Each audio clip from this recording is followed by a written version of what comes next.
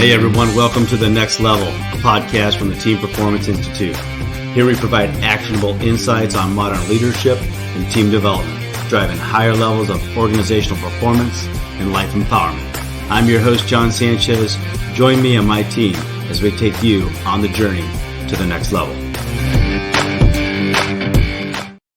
All right, everybody, welcome to The Next Level. I am so absolutely thrilled to be on here with my good friend, Jack Carr. Jack, thank you for joining. Thank you for having me. And that intro, next level, I expect nothing less, but man, that was awesome. That fired me up. It's funny because you and I both took each other's lives to the next level, which we'll get into it, right? So this is like a lot of tribute to you. It's all about it. Jack has had a busy day. He was on Glenn Beck this morning, Dave Rubin, and then working on the second season from Amazon Prime for being an executive producer for his series, which we'll get into. Absolutely exciting. Before we get into it, though, for our listeners, I do want to go through a bit of Jack's bio so you have a good understanding of who we have the opportunity to be with today and get to learn a little bit more about. So Jack Carr is a former Navy SEAL who led special operations teams as a team leader, platoon commander, troop commander, and task unit commander. Over 20 years in Naval Special Warfare. He transitioned from an enlisted SEAL sniper to a junior officer leading assault and sniper teams in Iraq and Afghanistan, to a platoon commander practicing counterinsurgency in the southern Philippines, to commanding a special operations task unit in the most Iranian influenced section of southern Iraq throughout the tumultuous drawdown of the U.S. forces. Jack retired from active duty in 2016 and now lives with his wonderful wife and their 3 children in Park City, Utah. He is the #1 New York Times bestselling author of The Terminal List, True Believer, Savage Son, The Devil's Hand, and his new book, In the Blood. He's also an executive producer of the Amazon Prime Video adaptation of his debut thriller, The Terminal List, starring Chris Pratt and directed by Antoine Fuqua. Premiering, it's going to be a great 4th of July, premiering on July 1st, 2022. You'll know where to find me. I'll be just binge watching this in July. He's also the host of a top-rated podcast, Danger Close, Beyond the Books with Jack Carr. And Jack and I got to do a podcast. I got to be a guest on his show, and now I'm just so honored to have him as a part of this. Jack, again, thanks for joining. Oh man, no, thank you for having me. Love what you're doing. And if they haven't listened to the podcast mine yet, they won't know that you are responsible for everything that has happened to me post-military, meaning you risked your political capital to introduce me to somebody who cracked the door to New York publishing. And as that guy, Brad Thor, says now, that I kicked it in from there. But without that helping hand, without that crack of the door, and then of course, without being prepared and having put in the work to take advantage of said opportunity. But you made that happen. And without you taking the time to do that, caring enough to do that, I don't think any of this happens. So from the bottom of my heart, thank you so much. Honored to be a small connection in the world. And what we're going to do over the next hopefully 40 minutes is just really get into Jack's background and understand that what it takes to be a true professional, where it starts. And then, Jack, you've had 3 careers, really. You've really gone through these different careers, these different lives, and really created something wonderful. But let's go back to the very beginning. Can you just give us a little background, where you were born? Give us a little bit about your family growing up. What was it like for you as a young boy growing up? Yeah, some of my earliest memories, actually, now that you frame it like that, are actually around. I have kindergarten. I have on the top of a slide with friends. I have preschool, and interestingly enough, those same people are still in my life today. Preschool friend, kindergarten friend, first grade friend, and they're still in my life today. And I love when they tell me that I'm the exact same person I was on the preschool playground back in the day, because they have memories and we have some photos and all that. But at that same time, I was around these different objects that tied me to this past, to my grandfather who served in World War II. So he didn't make it home. He was killed off Okinawa in 1945. He was a Corsair pilot, Marine Corsair pilot. That's the plane that had the gull wings that would fold up so they could fit on the aircraft carrier, for those who remember. And I had his wings. I had his medals. I had pictures of him and his squadron. I had the silk maps they used to give aviators back then, because if you hit the water with a paper map, disintegrate, but a silk map still works, just gets wet. So I had all those things, and those were like a touch point to the past, to him. And I always knew that someday I would serve my country in uniform. And around that same time, Black Sheep Squadron, and originally aired as Baba Black Sheep, but was on TV with Robert Conrad playing Pappy Boynton. And I watched that with my dad, and that was our touch point with his father, with that generation, because he never met his dad. He was killed, obviously, when he was born here. His father was already overseas fighting at the time. So we had that touch point to history, and it was just natural thing for me to want to do, was to put on that uniform. So at the ripe old age of 7, I found out about SEALs.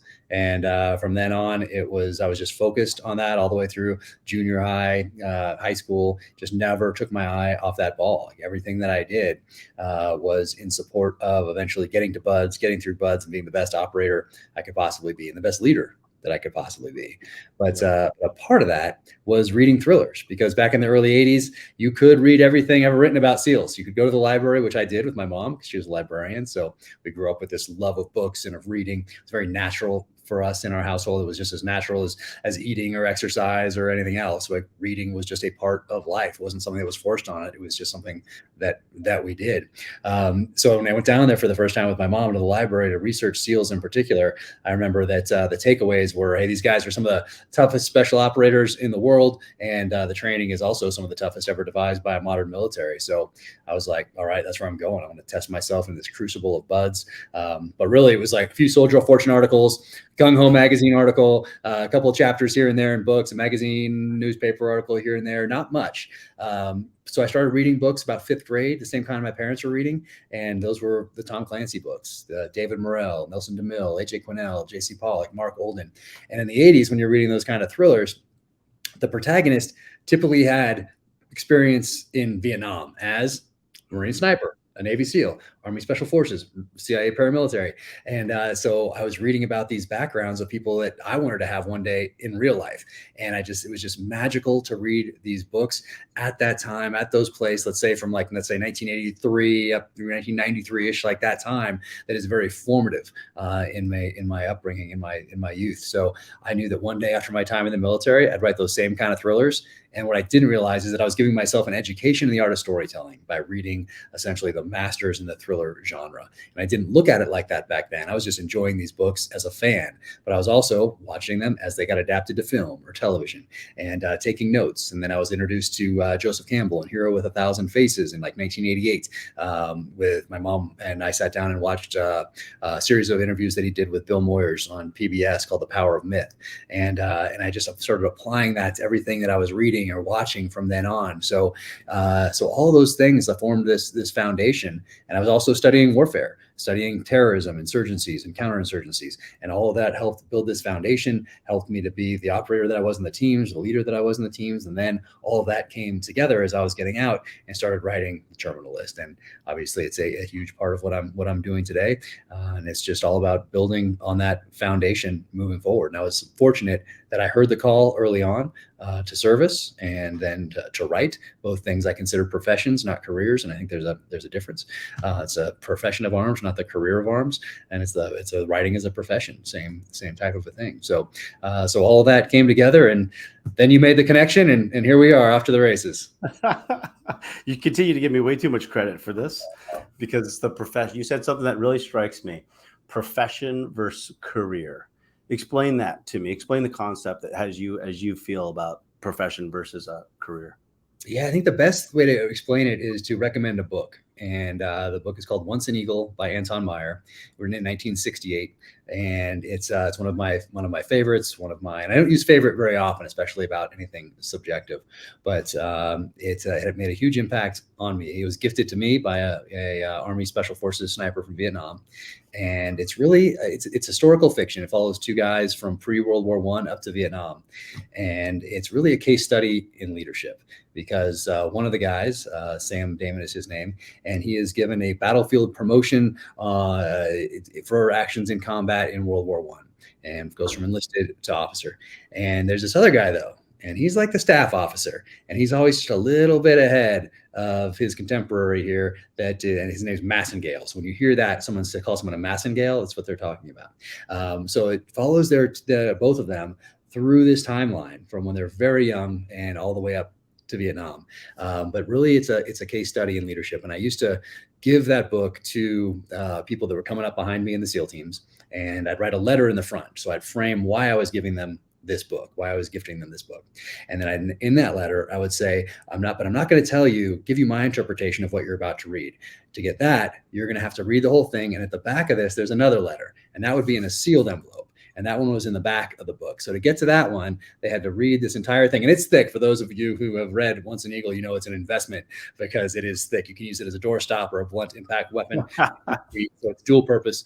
And yeah, so they'll be there waiting for them, my interpretation, because I don't want to poison or influence their interpretation of what they were reading with mine ahead of time. I want them to come to conclusions on their own and take something from it without my input. So the letter at the end gives my perspective on what they just read. But that really differentiates a professional and a careerist. So Sam Damon he's that professional. It's the profession of arms to him. To that staff officer who's always a little bit ahead, it's a career to that guy.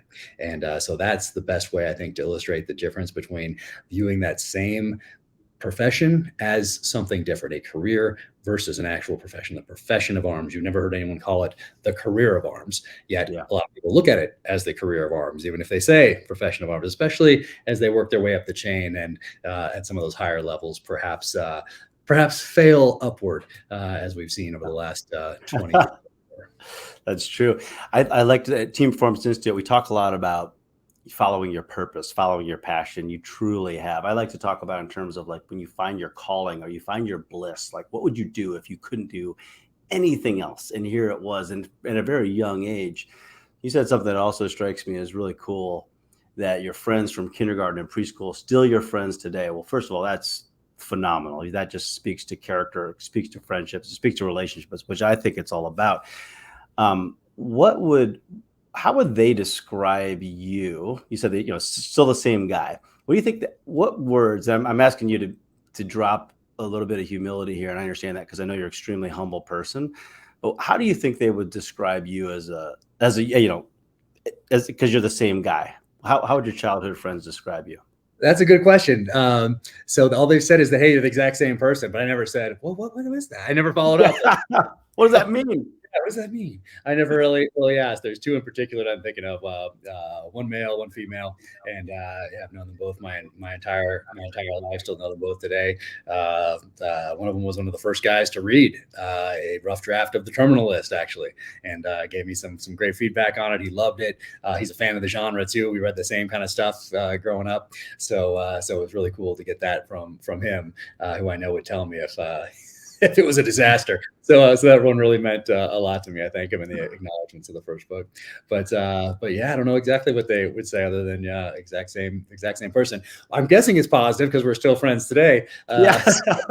Or maybe you're just a work in progress. They're just working on you. It's work in progress. So, we're all evolving, all learning, all adapting, hopefully all moving forward and applying lessons that we've learned, whether they're successes or failures, as wisdom moving forward. I mean, that's hopefully the journey that we're all on. And that's certainly the journey that my protagonist, James Reese, is on in the novels. And I think that's why they're resonating, because we're all on this journey, as is he. He's not just this character that has the same set of skills and is exactly the same in book 1, in book 2, and book 3. And he's just solving kind of different problems and that sort of a thing, slightly different plots, whatever. No, he's evolving, he's adapting, he's questioning, just like we all are. So I think really that makes him stand out, especially in the genre, and really made him resonate with Simon & Schuster when they read it for the first time, and then with readers as well.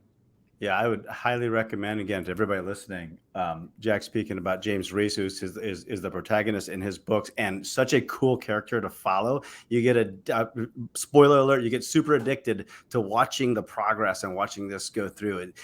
When I was first reading, I was just blown away, again, on the professionalism, how well like your first book out of the gate was. But going back to saying like, hey, this was a process to get there. I want to go back. I still want to stay back here though, into like, you're young, you're motivated at the age of 7 when there's really no information out about Naval Special Warfare, which we know is the SEAL teams. Tell us about your journey to Buds, like showing up. What was that like? Was it what you expected? What was it like for you going through that training and then into your first platoon? Yeah, so I think for 1996, I was about as prepared as you could have been. It's like you hear stories of guys who show up at boot camp and have never even heard of SEALs somehow. They missed the Charlie Sheen movie from a couple of years before, and they're like, "Whoa, that sounds cool. I'll give that a shot." And they end up being phenomenal team guys. And then you get the same person that different person that shows up, learns about it for the first time. Goes through the test at boot camp and all that stuff, and shows up at Buds day one. Doesn't even class up, just takes a look at what's going on in that grinder and is like, ding, ding, ding, I'm out. Peace. So you get all different kinds. But for me, I think for 96, I showed up in Buds in 97. My boot camp was 96, but then January 97 is when my class started at Buds. And I was about as prepared as you could be physically, because I knew I could be physically prepared. So I was, training. I saw there was a couple of videos out there. Once again, now there's more. So now there's more. A decade plus has passed since I've learned what SEALs are, and more has come out. There's more books. There's the Richard Marcinko books. There is Point Man by Patches Watson. Of course, the Delta Force by Charlie Beckwith came out. Both a few years before Rogue Warrior did.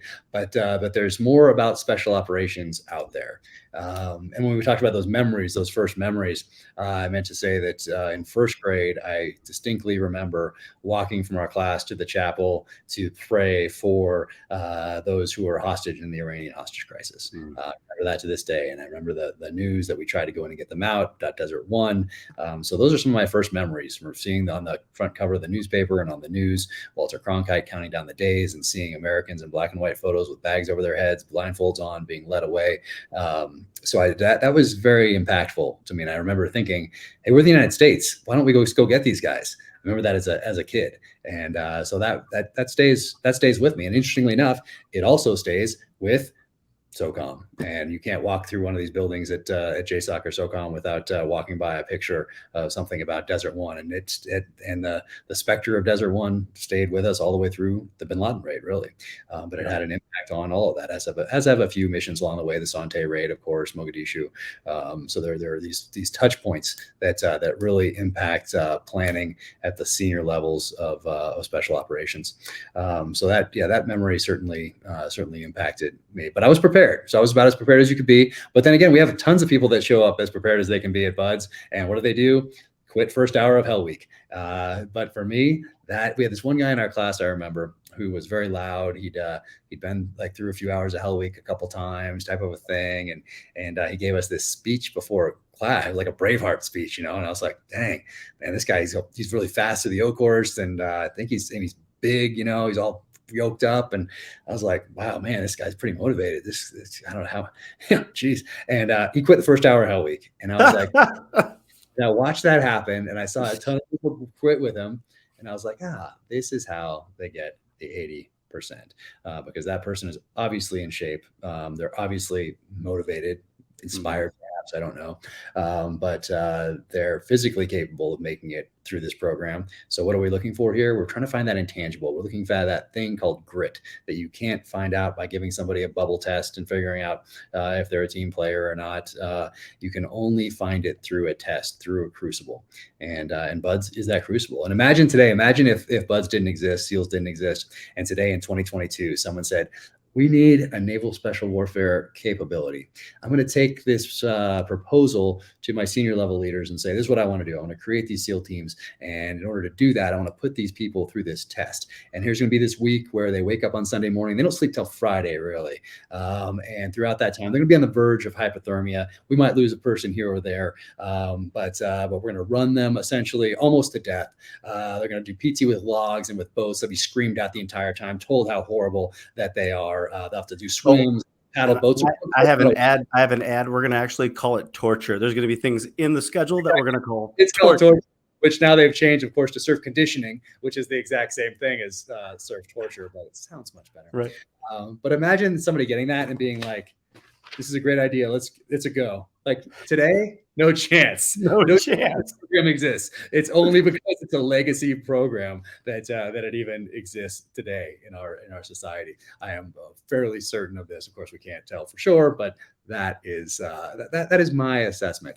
That is so true. I've never thought about that. It's so true. And if you really study, and personally, I'm never more proud of the SEAL teams the farther I get away from it. Like I look back at when I was doing it, it was a job, it was a profession, it was something I really strived to do well at. I felt like I failed a lot because, we really held each other accountable. It was really hard. If you want to be really good at something, you couldn't be good at everything, by the way, because there were so many genres to be good at in the teams. If you're a good shooter, then you're going to go dive and you're going to figure out that. If then maybe you screw up your jump, there's a million things you have to do. It's like being a tactician in so many different disciplines. And so it was really difficult. The transition of what we've been through, from the teams has been so cool, and how we've evolved over time. But it's only, I believe, due to that professionalism. And I never thought about it, Jack, until just now, how cool that really is, that we have this legacy foundational, really hard program to go through. Our program is called Basic Underwater Demolition School, or SEAL training. And the washout rate's about 80%. My class lost about 90% from our original cast. What was the hardest part for you when you were going through that? Well, physically, it was the swims, because I hadn't learned the underwater recovery stroke, and they didn't teach us, by the way. They just told you, like, okay, you do this side stroke with your upper body. You're doing a freestyle kick with fins on your feet, but you're on your side. Don't splash, by the way. Be under the water, then just come up, take a little breath, and go back down. And you're going to be wearing, a belt, Vietnam era. Excuse me. Excuse me. God bless you. Vietnam era, which really meant World War II era, web belt with a canteen on it and a knife on it. And I think we had a flare on there. But that swim, just figuring out that technique, because I swam and I prepared and I was ready as far as that stuff goes. But you couldn't go online and go on YouTube and say, underwater recovery stroke, I'm going to go to that thing, or, there's a SEAL prep course here, I'm going to sign up for that, even if it's virtual, and they're going to give me a program and I'm going to be ready. None of that. So I struggled with the swims. I think I started my class, and I was third from last in my first swim. And, then I was just struggling. I was making it, but like barely. And then one of the guys who had played water polo in college took me aside and was like, hey, after we get off today, let's go out in the ocean and I'll show you this underwater recovery stroke thing. So he took me out there after hours and just taught me the technique. And then I went from third to last to third. And so I was third. I think I was only third once, but I was, I wasn't in fear of failing the swims anymore, because someone took the time to help me. And the runs were good. I was always a good runner. Grew up running in the mountains and the hills. And if you do that, soft sand running, it's a little different. It's all tough, but it's not, for me, running was very natural. Of course, once you got the technique down, once again, technique, then that became fine as well. The first time through, I think everybody is like, oh my goodness, that's the way your forearms are burning, because you're trying to figure this out. You're trying to muscle through it. And then you realize, hey, there's some technique here. And then you kind of you start to flow through the yoke course. But I love the long runs. And so that was great. But the thing that stands out that I disliked the most was taking my boots on and off between all these evolutions, like in and out of the pool, and getting your boots on and tying these boots. I don't know why, but for whatever reason, it really bothered me. I was a flip-flop guy my whole life, and so I like just sliding on the flip-flops and going. But the boots, and having, of course, you have to do the right over left and the whole thing. But having those wet boots and going from a swim evolution or a dive evolution, and then having to put these wet boots back on with the wet dive socks, or the whole thing, or the dry dive socks onto the wet feet. For whatever reason, that stands out to me today as being a major annoyance, I guess. Yeah. That is so funny. I've never heard wet boots, putting boots on and off. We had to do in the military at the Naval Academy. We'd always things like really stupid drills in retrospect, but it was all about urgency, like doing uniform drills where they would say, uniform drill, and you have to like switch out from one uniform to another within a minute. And I hated that, because it's just tying your shoes and all that. I am that water polo guy that was like that was a college water polo player that got to, so swimming, that wasn't that tough for me. It was, people ask me the hardest part, like it was just the longevity of the whole program, 6 months of just it sucking for so long. But people ask about your class, but you were the only officer in your class. So usually there's a few officers to delegate a few things to, and to take some of the brunt of the instructor's hire. But you were the only one. Like you were the lightning rod, essentially, with nobody else to your right or your left to take any of it. So you got extra attention. Just by numbers, other people will get some attention if they're standing next to you. But for you, there was nobody to your right and left. It was only you. And I think that's fantastic. You were there in spirit, brother. You were there in spirit. And I did have when you went through Bud, you were enlisted. So I had some of the best enlisted guys in the world around me, and I never would have made it through hadn't it been for them. I mean, they were just awesome. They just stepped up. And as you go through that stuff, you do step up. I love what you say about that guy who quit. How he gave like the motivational speech and then he punched out. One thing in leadership that I learned at Buds when I was leading that class was that it's not for everybody, and that's okay. I mean, I tried to motivate folks. And I thought when people quit from my class, I took it personally at first. I thought this is a reflection of me and my leadership. I wanted to keep guys. I wanted when a guy would quit, I would, or it would be come to me. We had a class ruler. Like if you're going to quit, you got to go to the class leader, or you go to your boat crew leader, and then you come to the class leader. You tell them you're going to quit before you go to an instructor, which hopefully would stop the flow of people punching out, making really rash short-term decisions based on a very long-term what they wanted to do with their whole lives and career.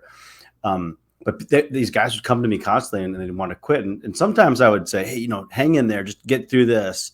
And try to surround them with a bunch of like other stronger guys and say, hey, take care of this guy. Let's get him through the day or get him through the night. But as soon as they turned up the heat again, woo, that guy was gone. And it was gone. And I realized that's a really it's not for everybody, and that's okay. And it's not a reflection of your leadership. And it goes to a lot of the corporate structure that we deal with right now. We all strive to be excellent. We all strive to be good at what we do. We strive to be professionals. And in that striving, there's going to be failure. There's going to be adversity. You're going to have some of that hardcore grit. If you want to be the best at something, get ready. It's going to be twice as hard as you think it is. You really got to work your tail off for it. And it's not for everybody. And that's okay. Don't be afraid of, allowing people to leave because they're not on board with what you're striving to do. Yeah. Sometimes this might not be your sport. And like you said, that's okay. In fact, that's the program working. So for me, I was very aware that, hey, 80% of the people aren't going to make it through here. And I thought, well, I'll be in the 20 that does. And when I saw those people quit, I was like, this is the program working. So never once did I say, come on back, don't quit, because that's that person that is self-selecting out. We make it very easy, as you know, in Buzz to self-select out, particularly during Hell Week, where you don't have to run very far to get to that bell and ring it 3 times in Hell Week, because it's in the trailer hitch of the truck that is following you constantly. So you see it essentially. Again, you're not sleeping, so you see it every hour for every day for the whole week. Other times, if you're before Hell Week or after Hell Week, you have to actually put in a little effort and run to the bell from wherever you are to ring it outside the first phase office. But during Hell Week, it is right there. You see it the entire time. We make it very easy to self-select out of the program, be warm again, obviously, not get yelled at anymore. And for me, that was the program working. So I never, if someone got up to quit, I was just like, I'm just going to take a little bit of that warmth there. And that's going to keep me warm for a little, give me till the next guy quits. It sounds cool to say that, but that's, I was just so well aware of what the program was designed to do. And I was in that test. I've been looking forward to that my whole life. I was in that crucible. There are very few things in life today that do test you like that, especially if you're a young man and want to test yourself somehow. There used to be societal tests really from the beginning of time up until not too long ago. And the military, not just Buds, but is one of those crucibles, whether it's Marine boot camp or Army boot camp or Ranger school or whatever it might be. All those things are crucibles and take the place of crucibles that have been in place as a test, essentially to join the upper echelons of the tribe or of society from really the beginning of time. So I knew how important that was to me to test myself, and this was it. But like you said, it's not for everybody. Yeah, it is not for everybody. I love how you said that too, because I felt a little bit, I don't know, weird, guilty, bad when, like, after I got over that, but when people would quit, it was kind of like motivation. It was like, all right, it was almost like it almost just foundationally set into me that, hey, what you're doing today is really hard, because here's somebody that is really hard and they did quit. Just keep going. Just get through today, and sometimes that is what it is, just getting through day to day. And I love how you said that. We don't have many tests in society anymore. We get to test ourselves, and but I love raising the bar on that. I think the detriment of society as a whole, if these things aren't in place, you have to seek them out today, and you can seek them out. I mean, it's not a secret that Marine boot camp exists. Don't let it be a surprise that it's out there when you get to the age when you should be testing yourself. But I think it was really valuable, and that's why it was so ingrained in societies from the beginning of time across cultures, not just a single culture, but really across culture, kind of like that. The hero's journey, very common to have a very similar hero's journey, very similar mythology across cultures that never had any interaction before, and usually those center around a warrior and the oral tradition, obviously, before the written word. And what do they exist to do? Well, pass on lessons to the next generation, usually lessons from war and of the hunt, because those two things allow us to continue forward as a species. Essentially, you have to be good at the fight to protect yourself and your family and your tribe, your community, and you have to put food on the table because you got to eat.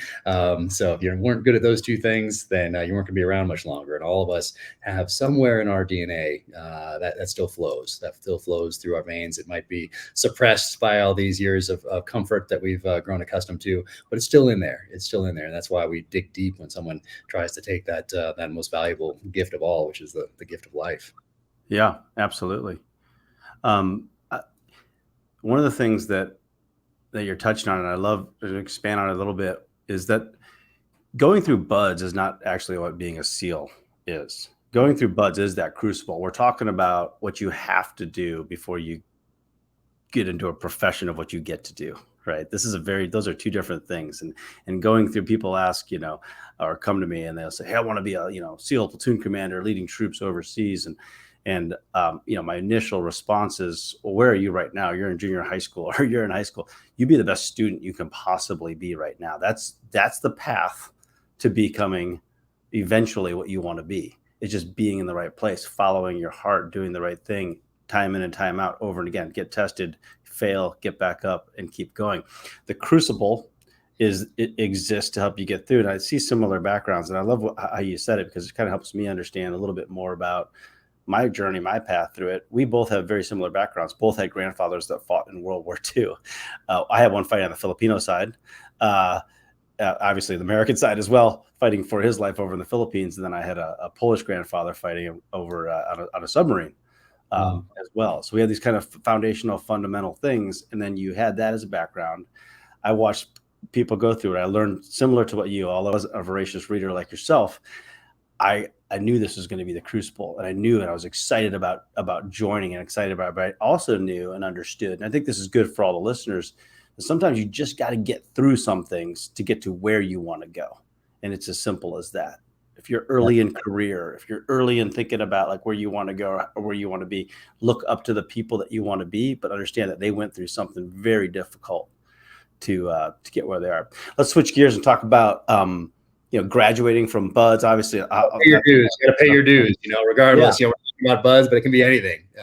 You got to pay those dues. And what's really cool is that you and I did not go through buds together, but we share that experience. Just like we didn't go through buds with someone who went through in 1973, 1978, 1983, 1989. We share a common experience with them, though, and that bonds us together, which I think is another important part of it. And then talking about your family and background, that's also something I thought about. I thought about all those people who sacrificed everything so I could be on that beach in Coronado, California, doing push-ups and getting sand kicked in my face and being told I wasn't good enough. Well, guess what? I wasn't doing. I wasn't going over a beach at Normandy. I wasn't going over a beach at Iwo Jima. I wasn't running through a hail of machine gun bullets from an elevated position with no cover or concealment. Those guys did that for me, so I could have the freedoms and the options and opportunities that I have today. And what I chose to do was serve my country in uniform and be on this beach and be in this crucible. And that really put in relative terms. I thought, those guys did that for me. Guess what I could do? I can be cold for another hour here. That's okay. It's so true. It's like I same motivation, just to think. And one of my SEAL team commanders told me before I went in, I actually knew him, and he said, "You're so lucky. You just get to work out every day." I'm like, "Sir, it's not like that." And he said to me, and we've repeated this to the Naval Academy water polo team, because a lot of people go through. He said, "Look, they're not going to kill you. You know that, right? They're not going to kill you, And I thought, that's true. I'm going to survive. But we tell the water polo team now, for the new recruits, we get a lot of really good kids coming through the Naval Academy that are going into buds. And we have a really solid track record of those guys making it through, making sure they're very prepared mentally, physically. Mentally, as you know, is 90% of the game. But we tell them, hey, look, they're not going to kill you, right? No, they are not going to kill you going through training. But if you quit, we're going to come back and we're going to kill you. Just so you know, so there's no way out of it but through it. So get through it.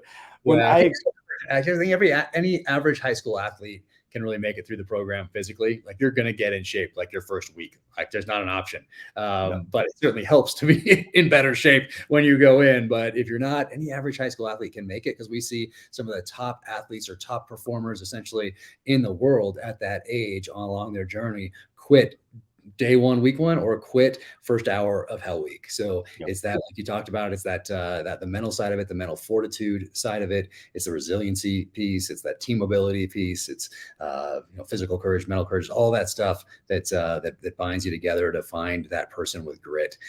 So the physical side is interesting, and that helps us with the mental side, especially when you're by yourself and you're on a workout and you're only accountable to yourself and thinking, I need to do another round here. I need to do another round of pull-ups, or no one's watching. You know what I can do? I can just go inside and put my feet up and have a Gatorade or a water or have my protein shake or whatever it is. But you also, that you're holding yourself accountable there. So it helps you develop that mental fortitude by continuing to run up that hill and not walking when no one's watching, and you don't have to run anymore, or doing that next set of pull-ups when you don't have to, if you're training by yourself and getting ready for this crucible called BUDS, or whether it's Ranger School or Marine Boot Camp or whatever it might be. So that side of it, that part is more important than the actual pull-up you're doing, than the actual hill sprint you're doing, is continuing to do it when you don't have to, when no one is watching. And I think that helps develop that mental fortitude, that when you're on that beach in Coronado, California, or you're on that patrol in Ranger School or whatever it might be, that right there, you can go back to that and think, I never quit when no one was watching. I'm certainly not going to quit now.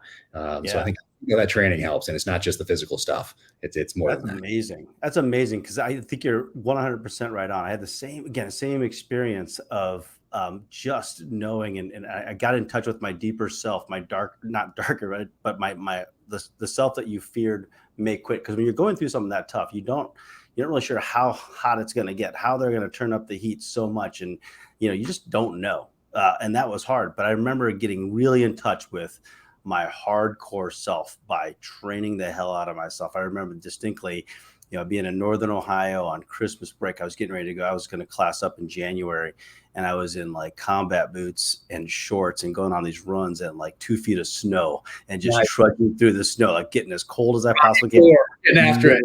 Yeah. I wanted to take myself personally to a limit that I had never taken myself to, all by myself. And like you said, once you're there, you realize, okay, I got, I can go. I got this. There's some gas in the tank. When I explain Jack Carr to friends, and I'm honored really to be one of your friends. I remember taking my family out to Coronado after I had been out and you were still in, and you took us all around, my young boys around the base. You got them on the obstacle course. So we have these awesome pictures of them. And when we left, my wife said to me, I think Jack is the real Captain America. She said, I think he's like, just in my day.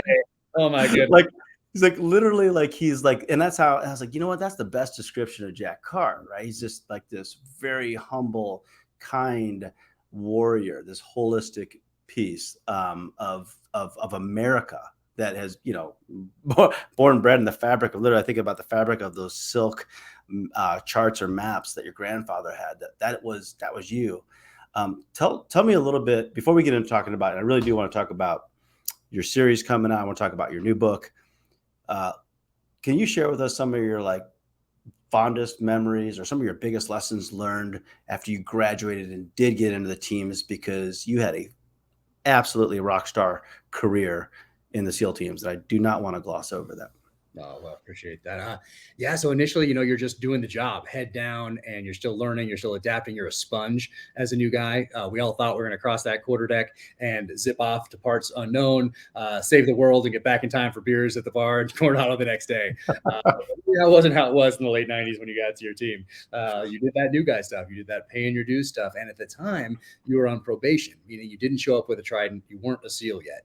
You had to prove yourself in your platoon to the guys that you were going to then go down range with and possibly go to war with, because your job as a SEAL isn't to go to war, it's to be prepared to go to war. And that means that you have to be constantly training. So whether that's training with your team, or for me, I kept training on my own on the weekends. If someone was passing through town that had a skill set, I would go out there and I'd shoot with Larry Vickers, or I'd go and I'd get on the range at Thunder Ranch, or whatever it was. And at the same time, I'm always reading. I'm reading about warfare. I'm still reading about terrorism and insurgencies and counterinsurgencies. I'm trying to make myself the most, trying to educate myself and continue to educate myself, because that's what I figure I owe the guys to my right and left, to the team, to the mission, to the families of those to my right and left. And being the best operator means that I have to be reading. I have to be engaged all the time.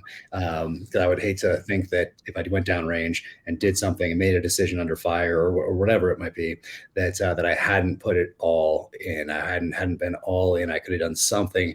I could have done one more iteration on the range, or I could have read a little bit more about the enemy, or I could have studied another after action report, or any. So I never wanted any of those. I never wanted to question if I was as prepared as I could possibly have been to be a SEAL, to be an operator, to be a leader. So I was all in all the time. And that meant my family had to come second. But my wife and I talked about that. We talked about that responsibility of being a leader, and talked about the pendulum being over here on the side of the team while we were in, but also recognizing that, hey, when we're out one day, that pendulum is going to come back over here to the family. But right now here, especially as a leader, I have got to be solely focused on the task at hand, on the mission at hand, because that's what I owe the guys I'm taking down range and their families. So for me, it was all about that continual study, that continual improvement moving forward. So it's that's just like I was prepared as I could have been for buds, I think. Then I kept preparing myself to go to war. And then on September 11th, of course, we did. And then the next few years we got to do the things that we thought we were going to do when we crossed that quarterdeck as new guys in the late 90s. Yeah.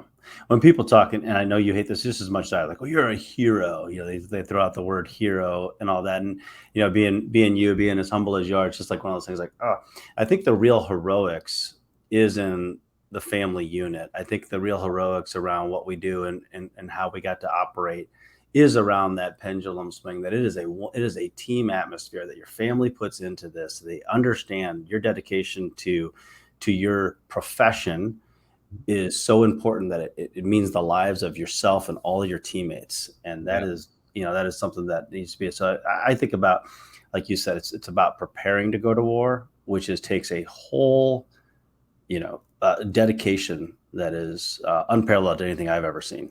And so I love that. I think a lot of credit goes to you, your family, your kids, and what you did.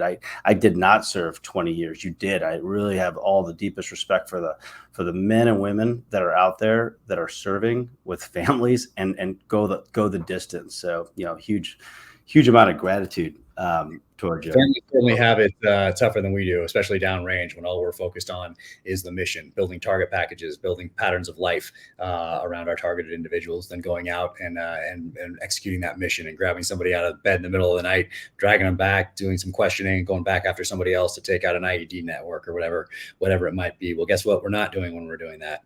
We're not worried about the leaky faucet. We're not dealing with the kid that's screaming and needs to be changed. We're not dealing with being asked to empty the dishwasher. Like, we're solely focused on the task at hand. But you asked about lessons learned, and I really didn't, I was always focused on being better and improving, and then passing on those lessons to the next SEALs that are coming up behind me so they can do it better than I was doing it for them. But when I finally when I got back from my last Iraq deployment, I took a breath and thought, okay, some people have been quote unquote successful on the field, and you can be successful on the field of battle by making all the quote unquote wrong decisions. And you can have disastrous consequences if you make the quote unquote right decisions that you'd make, say, in a sterile environment like a classroom, and say, hey, what are we going to do in this situation? Okay, X, Y, or Z. Okay, that's correct. That's what you do in this tactical scenario.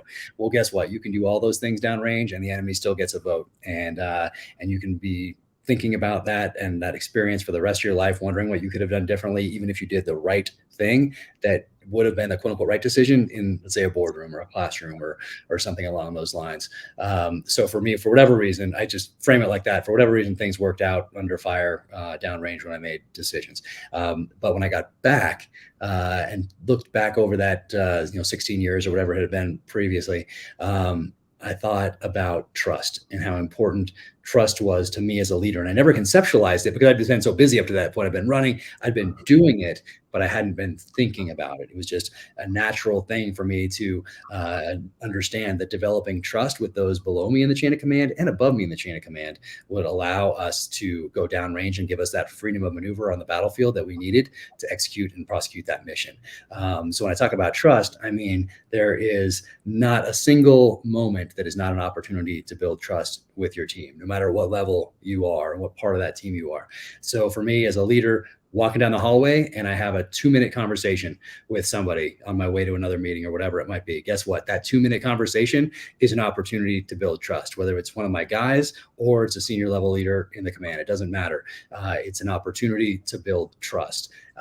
So you establish that trust and then you continue to build it. So getting out on the obstacle course, even to work out with the guys as you work your way up the chain, and you don't really need to because you have another thing you need to go do, but you do it anyway.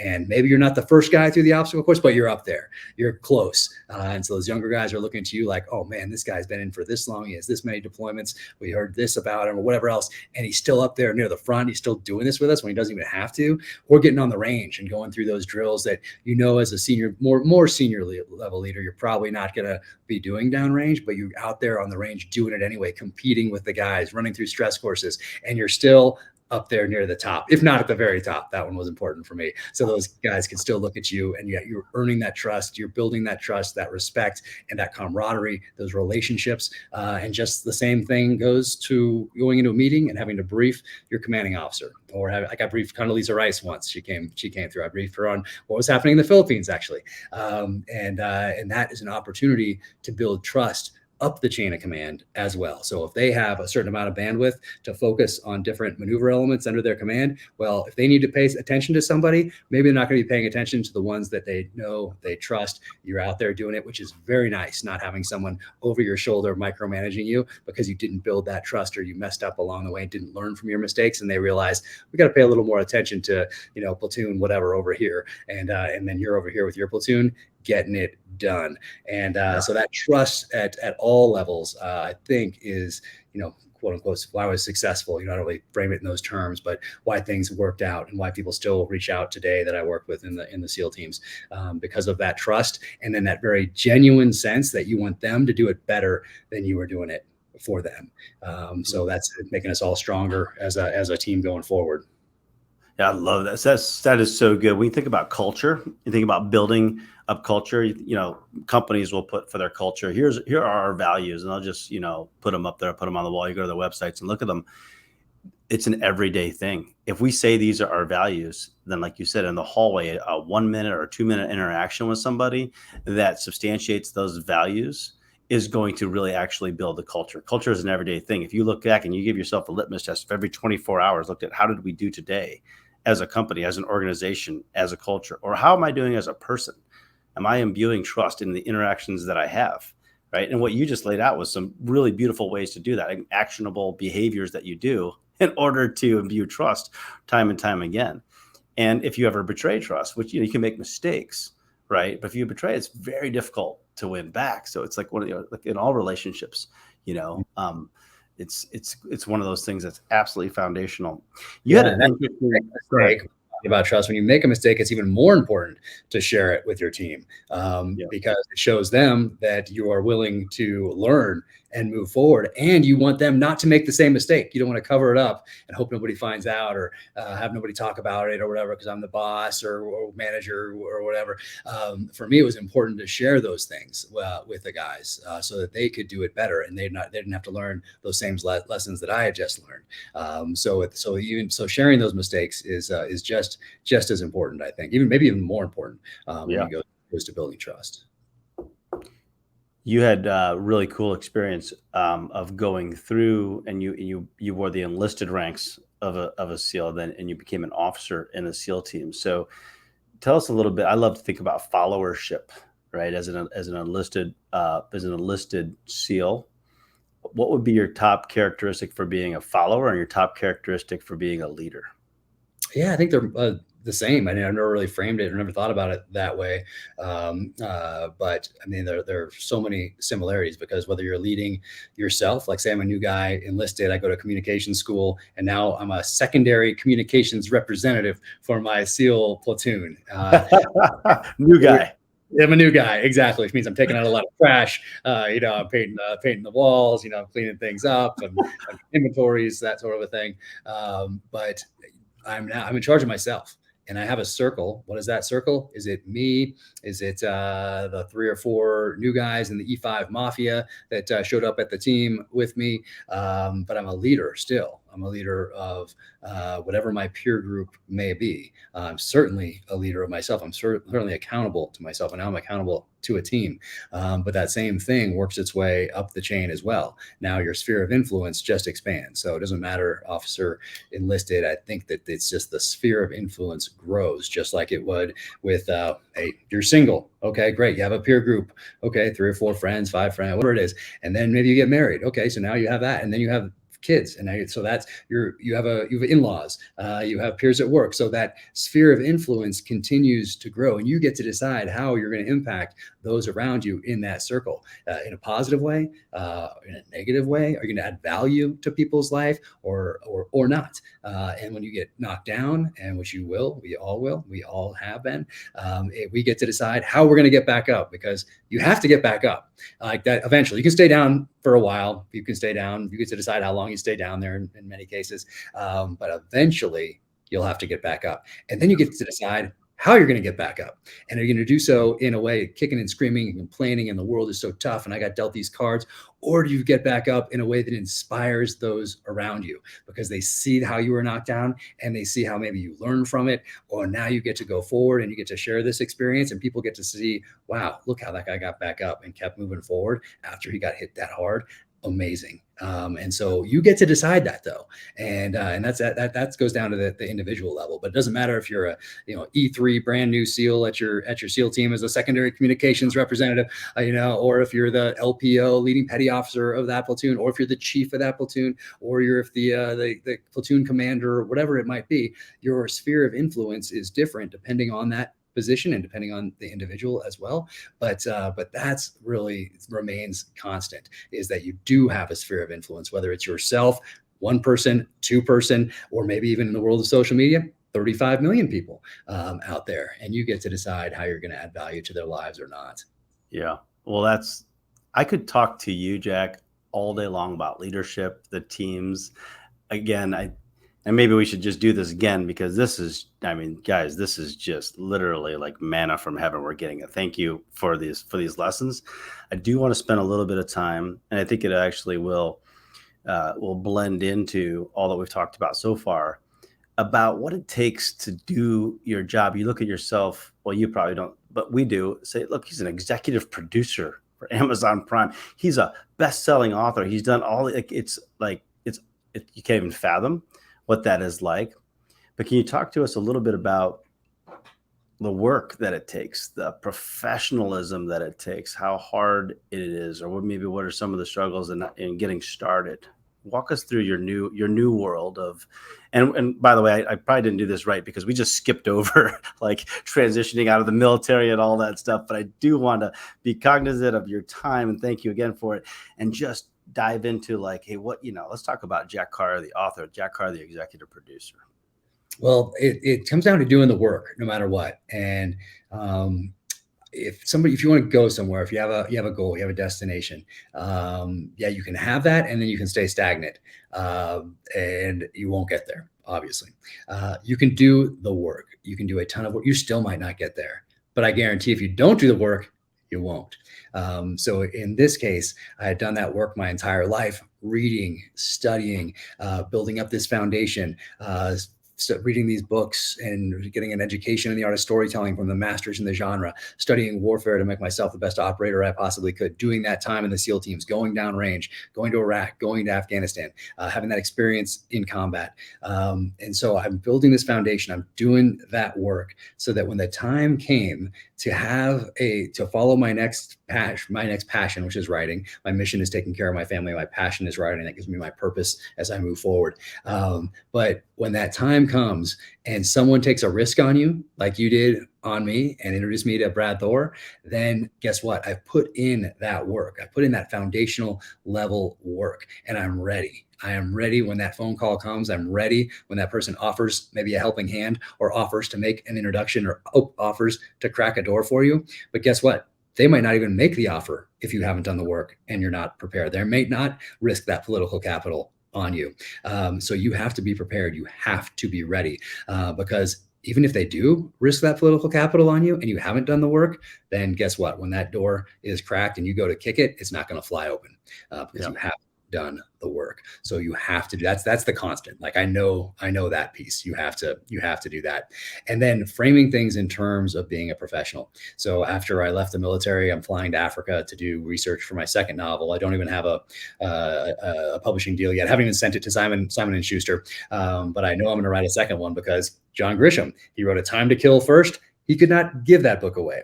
Then he writes The Firm, and Tom Cruise stars in the movie. It takes off. They go back and they republish A Time to Kill, and with Matthew McConaughey, of course, stars in the movie. And I think it's one of John Grisham's best things he's ever written. It's a fantastic book. But had he stopped there and not written The Firm, then we wouldn't have a John Grisham novel every year. We might not have a Matthew McConaughey out there that we all know.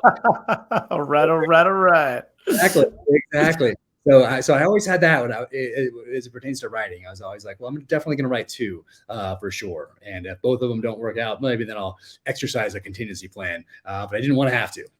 Do that. I wanted to be all in on the writing. So I'm flying to Africa, and on the entry form, there's a line. You fill out your name and birthday and passport number, and then occupation is on there. And I wrote author, or I wrote writer on there. And I got that from Stephen Pressfield, who wrote Legend of Bagger Vance. And he's just an amazing guy. Gates of Fire, the Afghan campaign, incredible guy. But he has a series of books on creativity. And the first one in that series is called The War of Art. And then there's Turning Pro, there's Do the Work, there's The Authentic Swing. Just as fantastic. They're very thin. You can read them in an hour or so. But he passes on his lessons from a lifetime of struggle, of trying to get into Hollywood, trying to get a book published, and he passes on all these lessons. Then once he got there and started writing, how he maintained and how he kept writing these amazing books year after year. And I got that from him. From he'd say, you never heard of a dentist getting dentist block. You never heard of a truck driver getting truck driver block. You're a writer. Sit down, be a professional, and write. So I took that to heart. And in my mind, I flipped from being professional operator, professional SEAL, to being a professional author, professional writer, even though I didn't have anything published. I hadn't even sent it to Simon and Schuster yet. But in my mind, I was already a professional in a new occupation. And I think there's something to be said for that, for flipping that switch and looking at yourself as a professional, because then you act like one. And what does that lead to? Doing the work each and every day. Yeah.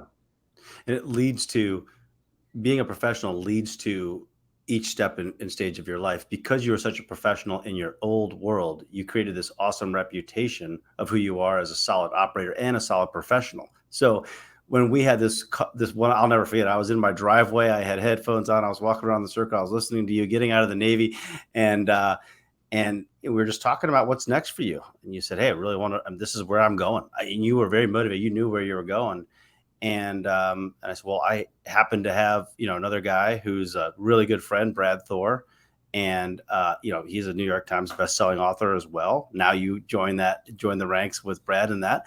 And how would you like to, be introduced to Brad? And Brad, and certainly that was like a no-brainer for me because of who you are, Jack, and what you represent, because of, and, I served with a lot of guys, but you were the professional, right? And so I called Brad and I said, hey, I know you get a lot of this, and Brad's pretty, Brad's an aggressive dude, as you well know. He gets after it and he is very motivated. And he said, John, it's a profession, right? This is a profession. There's months at a time where I cannot get a hold of Brad because he's under deadline and he is cranking out another book.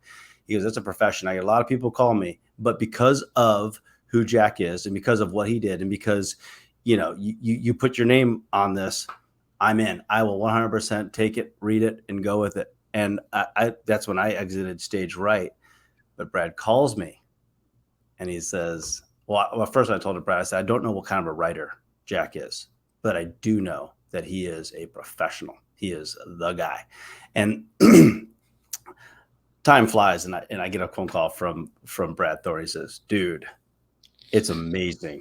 It is amazing. And I've never done this. I'm going out. I am going to recommend him. I'm going to push his name forward. I'm going to do everything I can to help Jack Carr move forward. And that was the moment I was like, this is so good. And I share this not for having any part of your success. You've done all the work, but I share this to our listeners, to those of you who might be in a position to know somebody, to make connections for people, to look after people, to think about these small little interactions, these little phone calls, these little things that we're on, text messages. There's a million ways that we're communicating now. But when you get out of bed and you think, who can I help today? What can that be about? It can turn into something so beautiful and brilliant as the Jack Carr world. Now I'm going to be sitting on my couch, eating popcorn, watching Chris Pratt, under this beautiful world that you created. So it's about being a professional, and it's about what got you to that. Yeah, I mean, I wouldn't be here without you. That is for sure. And Brad sent me such a nice text yesterday.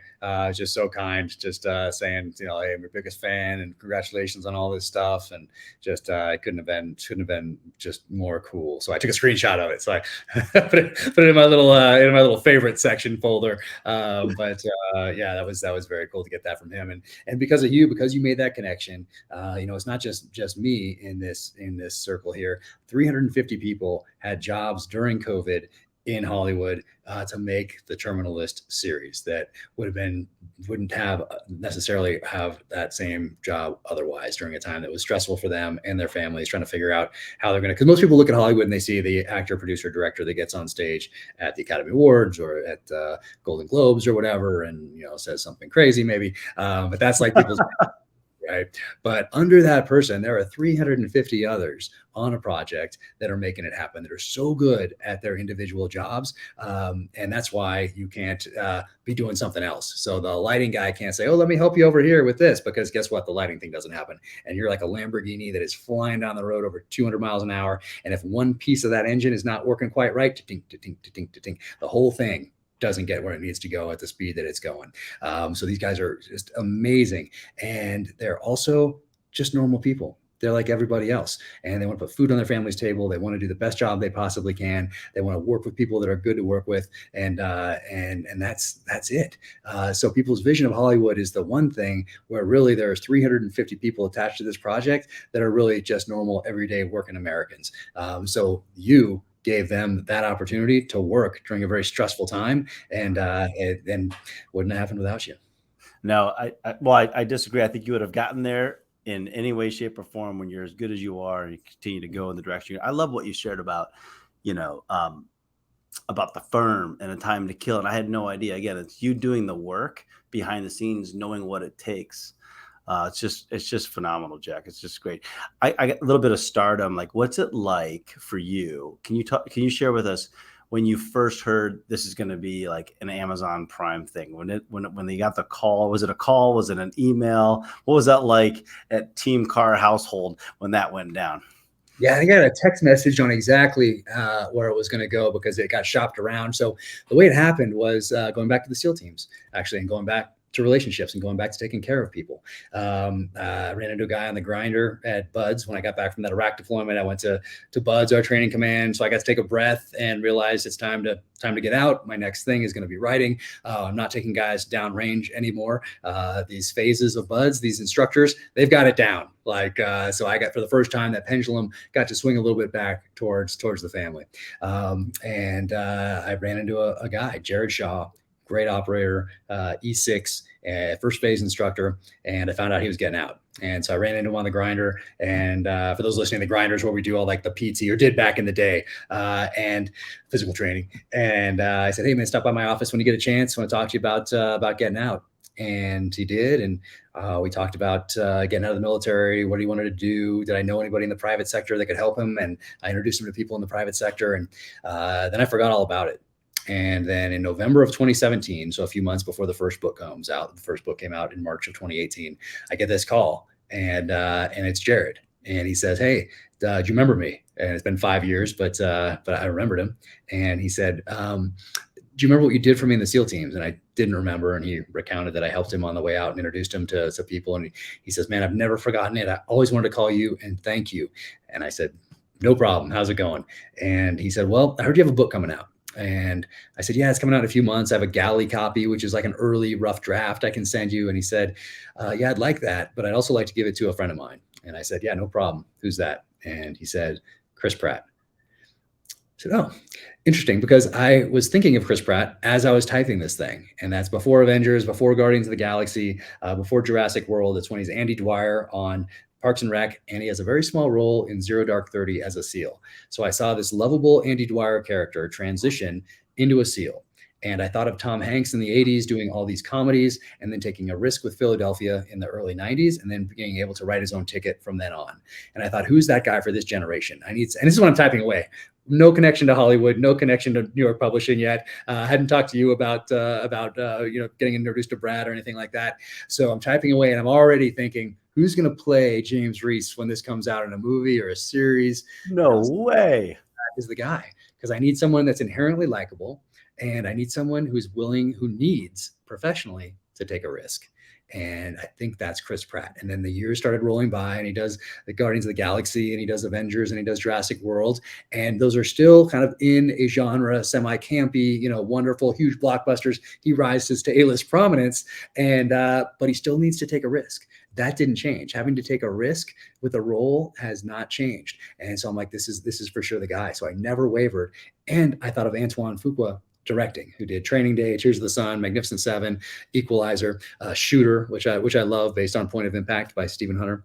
And then I get this call from Jared.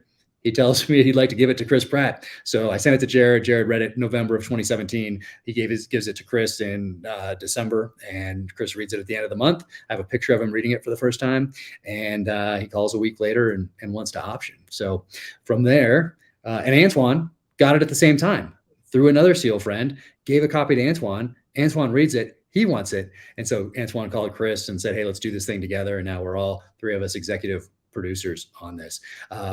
But that was early January of 2018, before the book even comes out. So a little time passes. Chris has other projects to do. They get a showrunner attached, which is like a director for a feature film. A showrunner is for a series, because there's multiple directors and so much going on. So I got introduced to him in December of 2019, and we start working on the script, and we do a pilot episode, and really he does it, and I'm listening and I'm learning and I'm helping along, advising on it, but I'm really a sponge learning about this process. And then he takes that script with Chris and Antoine. They shop it around to Amazon, to Netflix, to Hulu, to HBO, to Apple, to Showtime. Ends up in a bidding war between Netflix and Amazon came out on top. So I was getting texts like, "Hey, it's between Netflix and Amazon." So I was getting it whittled down. And we talked to Apple today. We talked to this today. And then when it got whittled down to Netflix and Amazon, I mean, it's like, either one sounds great to me. We'll take it. I'll take it. And Amazon getting it, which I think is fantastic, because it ties back into the book. And Amazon, of course, started as a book company, essentially selling books, and now here we are coming full circle, and they get it, and they've been so fantastic to work with. They had some concerns about the violence and some of the things that happened in that first book, but to their credit, they came down on the side that me and Chris and Antoine wanted, and they didn't have to, but they risked it. And I won't go into too much detail of some of the people who've read the book and probably guess of what they were concerned about. But yeah, they came down on our side each and every time, and now we have this thing that is just testing off the charts with test audiences. So I just could not be more thrilled. The world couldn't be more thrilled for you, because this is a real gift that you've given to the world. I read the terminal list. I could not put it down, and it was so stinking fun. And behind the scenes, I'm thinking, Jack wrote this. Every page I got to flip, I'm like, this is unbelievable. This is like, yeah, it's just so cool. So I'm so happy for you. I love when I first saw Guardians of the Galaxy, and Chris Pratt comes dancing out, and he's like having a good time. I was sitting with my wife. We love all his movies, and she said it. She's like, it's finally a team guy Avenger, right? Nice. Like, Awesome. that's like, if you know the team, we call them team guys in the SEAL teams. We use team guy. The team guy mentality is really fun, and Chris Pratt has that sense of. And she called it. I was like, absolutely right. He's like, he's a version. He's gonna be told to hear that. I'm gonna screenshot this this part of the conversation and send it to him. You'll make his day. Oh man, it'd be awesome. I'm a huge fan. I absolutely love. I think you got it just right. And I love it that you already had him in mind and Fuqua in mind. That's really cool. It also goes back to being a professional and doing the work. Man, this is awesome. So how can we support you? What are some of the things that we can do to, help support the world of Jack Carr? Getting the word out even more on what's going on, or what can we do to? You have already done it with that, taking that risk on me to connect me with Brad Thor back in the day. I mean, you've done it, and it is sincerely appreciated. I think about it every day. So thank you. Well, zero risk taken, as everybody has heard, and everybody gets to know Jack Carr as a person, right? And that's the whole idea around doing this. So we get to work with, and on the next level, have some really incredible people. This is going to be absolute top of the list. I want to encourage everybody listening to really check out Amazon Prime's The Terminal List, which is going to be amazing. Continue to go and look for Jack Carr everywhere out there. I always like to finish my podcast with one simple question, and it's if you were to go back in time, if you get in the Wayback Machine and you go back to Jack Carr, going and say you just graduated from Buds, what advice would you, if you had 10 minutes with that guy, what would the Jack Carr now say to that guy? Interesting. I guess on the physical front, it might be like, hey, take a little more care of this chassis right here. So that might be it. But you know what? I've had shoulder surgery, knee surgery, spine surgery. But I have this pain here that's always with me, sometimes worse than others. But every day I think how fortunate I am that that's the only thing that I'm dealing with. When I see so many other people that are dealing with post-traumatic stress and traumatic brain injury, and missing arms and legs and in wheelchairs. And then I think about all those people we talked about who gave us these freedoms and options and opportunities we have today by sacrificing everything to create this country, essentially fight the largest army and navy in the world at the time, and give us these freedoms. So I think, you know what, hey, I got this little thing in my neck. That's okay. That's fantastic. That's all I have. I feel so fortunate and am so thankful. But going back and given maybe some refinement here and there. Wouldn't have sold my old Jeep. Wouldn't have sold my old 1976 Volkswagen bus pop top camper. There are those things that you regret. Luckily, I've never sold any other things that I really regret. That's why that's why we do it. Place. Sorry, go ahead. No, but I feel very fortunate that along the way that I worked in a profession that I loved, that I identified that passion early.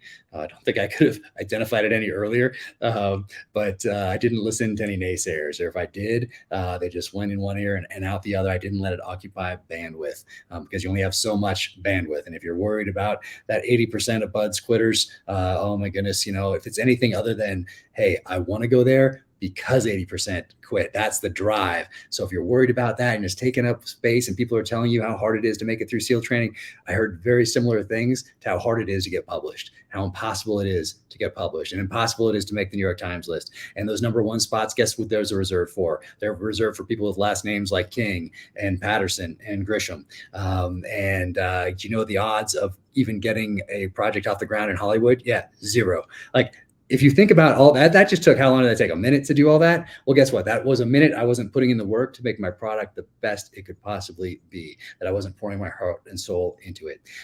So I feel very fortunate that for whatever reason, I remained focused over all these years and wasn't dissuaded by life, by anyone in that life who might have discouraged me, even with a look.